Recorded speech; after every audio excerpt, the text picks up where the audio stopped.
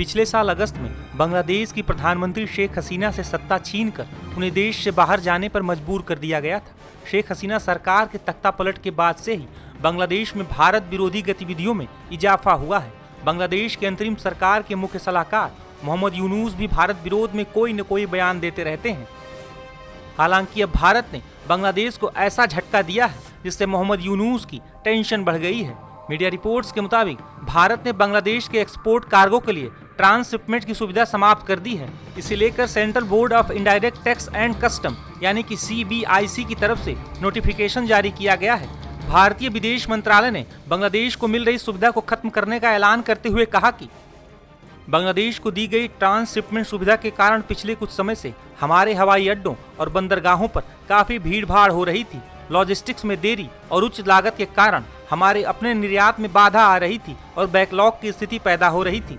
इसीलिए 8 अप्रैल से ट्रांसशिपमेंट सुविधा वापस ले ली गई है। बता दें कि ट्रांसशिपमेंट का अर्थ एक ऐसी सुविधा से है जिससे एक देश अपने माल को किसी दूसरे देश के बंदरगाहों, हवाई अड्डों या सड़क मार्गों के जरिए तीसरे देशों तक भेजता है।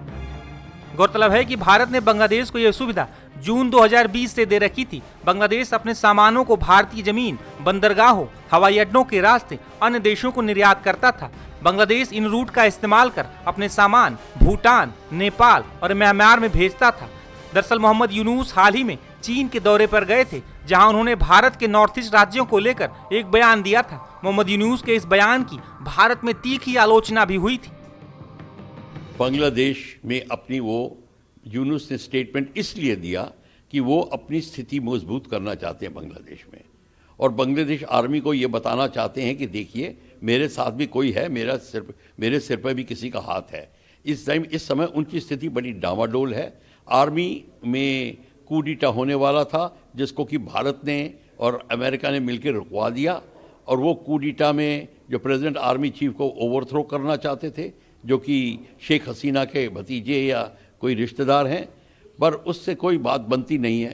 क्वेश्चन ये है, अगर वो सोच रहे हैं कि सिलीगुड़ी कॉरिडोर में मिल के चाइना के साथ में वो कोई ऐसी बात करेंगे और सारी 7 स्टेट्स के को केवल इंटरफियर करेंगे म्यांमार से और डाउन सी की साइड से, ये भी जो बात सोच रहे हैं इनकी सोच रह जाएगी। उनको ये नहीं पता कि यही एक्शन इंडिया भी ले सकता था। उनके भी तरफ चिकन स्नैक है, जो कि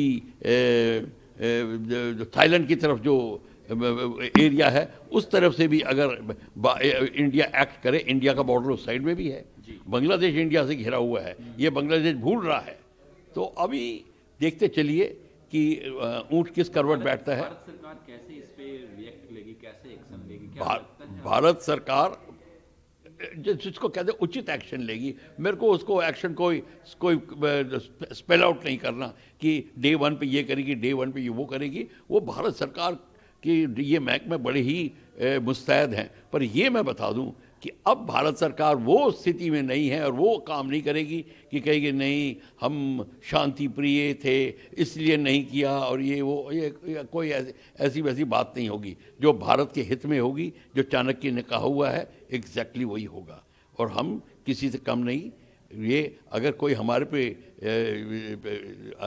सत्ता चाल चल रहा है तो उसको इक्का हम दिखाना चाहते हैं। बता दें कि हाल ही में प्रधानमंत्री नरेंद्र मोदी और मोहम्मद यूनुस की बैंकॉक में मुलाकात भी हुई थी। इस दौरान पीएम मोदी ने बांग्लादेशी हिंदुओं की सुरक्षा का मुद्दा यूनुस के सामने उठाया था। वहीं भारत ने बड़ा कदम उठाया है, इससे मोहम्मद यूनुस की मुश्किलें और भी ज्यादा बढ़ गई।